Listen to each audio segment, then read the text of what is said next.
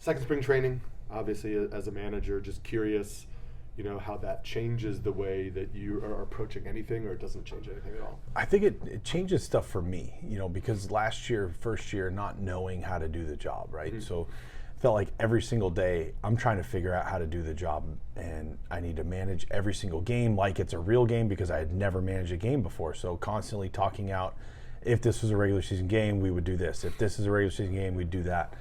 And I was also trying to get to know the guys. And so now, second year, I know what it's like to manage a game, so I'm not really making moves yet. We will later in spring, but so watching with a much different lens this year, especially having background on guys. So now it's, all right, how are those adjustments coming? Well, I see what you're working on. And now it's watching through a completely different lens, but also I trust our coaches, and they're doing a phenomenal job. So it's kind of like, I don't know what I'm doing here right now a little bit.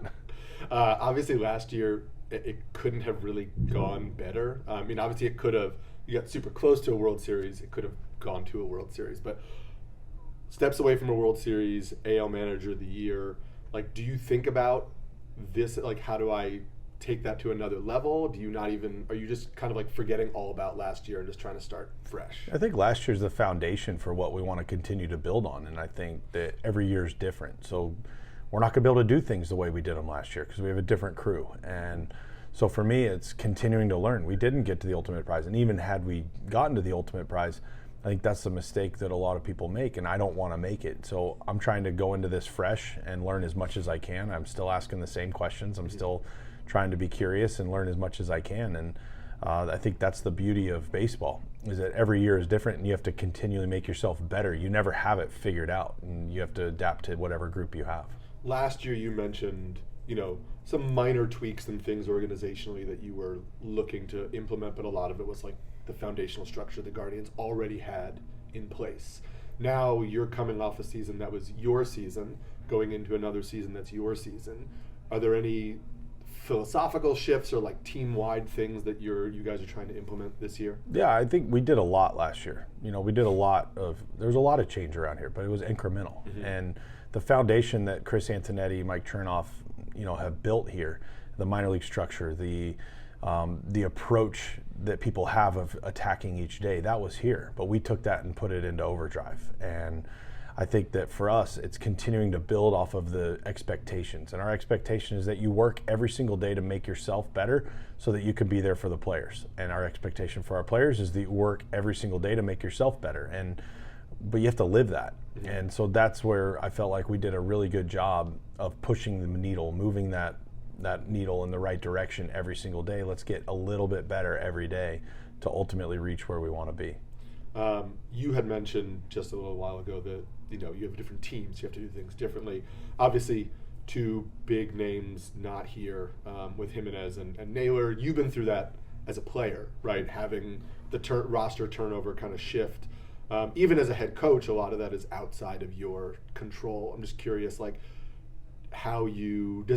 is it feel different as a coach to kind of have to go through that change versus as a player? I think it is a lot different because as a player, you control yourself. You have to just make sure that you're doing your job. As a manager, you have to continue to show that, no, we are here to win. And I think anytime you lose two people like Josh Naylor, Andres Jimenez, you can't replace guys like that, but we have people that now have the opportunity to step up and take that and run with it. And so I'm really excited for the guys that we have here that are going to get those opportunities. And now it's our job as a staff to help them get put into the best position for that success. Let's talk about those guys for a second. Obviously, it's really early in camp. Competitions are still wide open. There's a bunch of names, at that second base spot. Do guys know, hey, I'm competing for this? Are those things where you talk to guys at the beginning, like, listen, this is a realistic outcome for you. These are the things I want you working on. How do guys know they're in that battle? I mean, I think, it's pretty self-explanatory. If you're playing second base, you have an opportunity to earn more time there. And that's really what we want. The word compete, I had somebody tell me, like, we as in our society look at competition as a negative thing. Mm-hmm. Competing is striving together for a common goal. I mean, that's really what competition is. It's the definition. And so that's what we want. We want guys pushing each other. We want guys building each other up. If I get better, then the guy to my right needs to get better. And if he gets better, then I need to get better. And that's what true competition breeds. So will one person end up playing second base? I don't know. Will a combination of 4 or 5? I don't know. And that's the beauty of it, is that we get to let the players go out and play and be themselves, and it'll all shake out the way it's supposed to. Yeah. At what point in the spring do you feel like that starts to crystallize for you, of like how the names will maybe start to winnow down into just like a couple? I don't know. I mean, right now we're trying to give as many people looks there as possible. The fortunate part is that majority of the people in that competition play other places, so they can still get their at bats. And but at the end of the day, as we get down towards the end of spring, there's going to get down to a couple people. But at the same time, we have utility players that can play there every day if we needed them to. So I really like the guys that we have that are giving us options to be at second base, and we'll see how the spring shakes out. Obviously, one of the bigger names at second base is Travis Bazzana. Really high draft pick, well thought of, kind of everywhere. What have your, regardless of just if he makes the team or not, what are your impressions just been of him so far this spring? Yeah, I mean, getting to be around Travis has been fun. I mean, he's obviously knows what he's doing. He's got a good plan for himself. I think the skill speaks for itself. I've been really impressed with his defense, and that's one of the things that he's put a lot of hard work into with our coaching staff and development staff. So really happy with that. And he's a confident kid, and that's what you would figure. Being the 1-1, you should be confident, and he is. And at the same time, nothing prepares you to play every day. I don't care what college you're playing for, you're going to play 4 games a week. And getting your mind wrapped around what it's like to play 6-7 days a week is tough for anybody. So, for Travis, it's been fun to watch him play. We're going to get to see him play, some more in spring. But at the same time, we need to prepare Travis to go into a full season and learn how to play every day. Yeah. You mentioned the utility guys that can play everywhere. There's a lot of philosophy around, like, quote unquote, building a bench. Is that versatility like really important to you with bench guys, so that you can get the most out of just a few spots with your bench hitters? Yeah, I think the more positions that you can be an adequate defender at are going to allow you to get your bat in the lineup more often and help the team win. We use our whole roster. We're going to do that again. We're built that way. We're built to be a team that uses all 13 guys. We're not built to roll 9 out there, and I love that because it creates opportunities for everyone.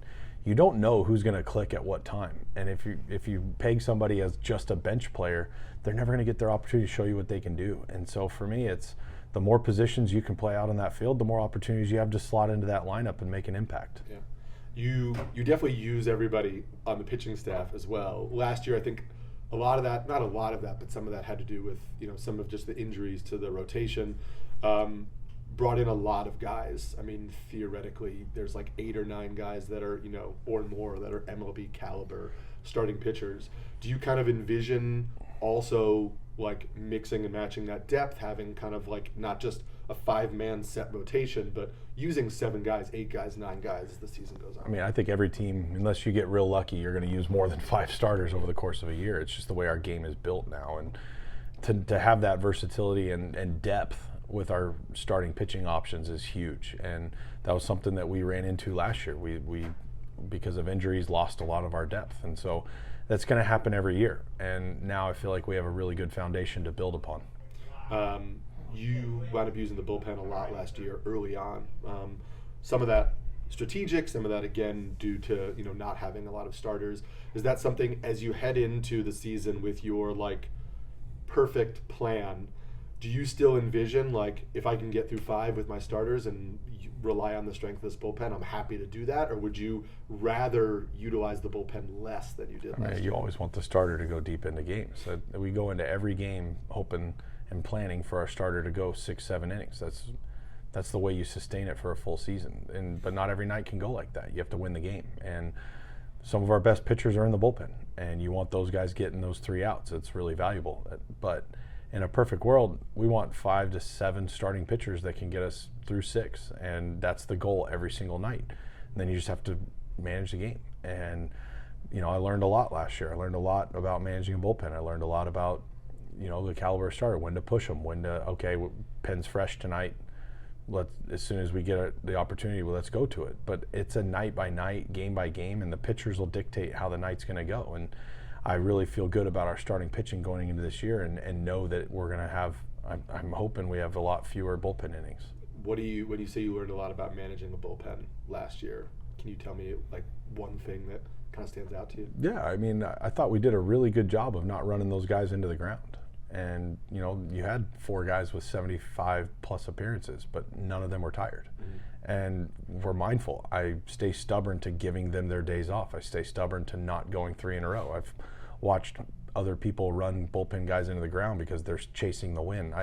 I'll never put a player's health above chasing a win, ever. And we found a really good cadence, and we were fortunate. We had 8 guys at any given time that could throw in leverage, and that's not, you don't get that every year. So we'll see how this year plays out, but again, the player's health will always come first. And you mentioned having a lot of guys that can throw in leverage. Obviously, you know, Class A is your closer, but you're comfortable, you know, if it's 3 nights in a row or whatever, just go into a bunch of other guys to close out a game. Yeah, I mean, we've got a number of closers, and again, Class A is going to make me rip the ball out of his hand if it's a safe situation, but you know, even he was down a couple times last year because we can't use him 5 days in a row, 4 days in a row all the time. So we're always going to be mindful, and our medical staff and our sports science staff work extremely hard to make sure that we're putting people on the field that are healthy and ready for it.